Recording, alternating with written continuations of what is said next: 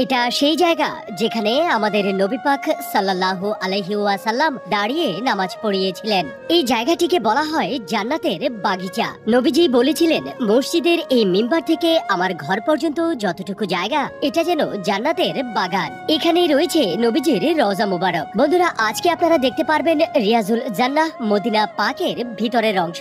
মসজিদে নববীতে সময়ের আগে আপনাকে পৌঁছাতে হবে। রিয়াজুল জান্নাতে নামাজ পড়ার জন্য আপনাকে নুসুক অ্যাপে ডেট ফিক্সড করে পারমিশন পেলে পরে আসতে পারবেন। ভিতরে যাওয়ার আগে আপনার জুতা রাখার জন্য পলিথিন দেওয়া হয়, যেন জুতার ময়লা মসজিদে না পড়ে। যখনই আপনি দরজার কাছাকাছি যাবেন, আপনার হৃদস্পন্দন বেড়ে যাবে, কারণ এই জায়গাটা আপনার কাছে মনে হবে জান্নাত। এখানে আপনার সকল তওবাও কবুল হয়, সকল দোয়াও কবুল হয় ইনশাআল্লাহ। রিয়াজুল জান্নাতে ভিতরে আপনি মাত্র 10 মিনিটের মতো থাকতে পারবেন, খুব বেশি হলে 15 মিনিট। তবে রমজান মাসে যেহেতু ভিড় বেশি হয়, আরো কম সময় দেওয়া হয়। আল্লাহর কাছে লাখ লাখ শুকরিয়া যে আমাদের কিসমত এত ভালো, ভিডিওর মাধ্যমে হলেও রিয়াজুল জান্নাহ দেখার সুযোগ পেয়েছি। সুবহানাল্লাহ, আলহামদুলিল্লাহ।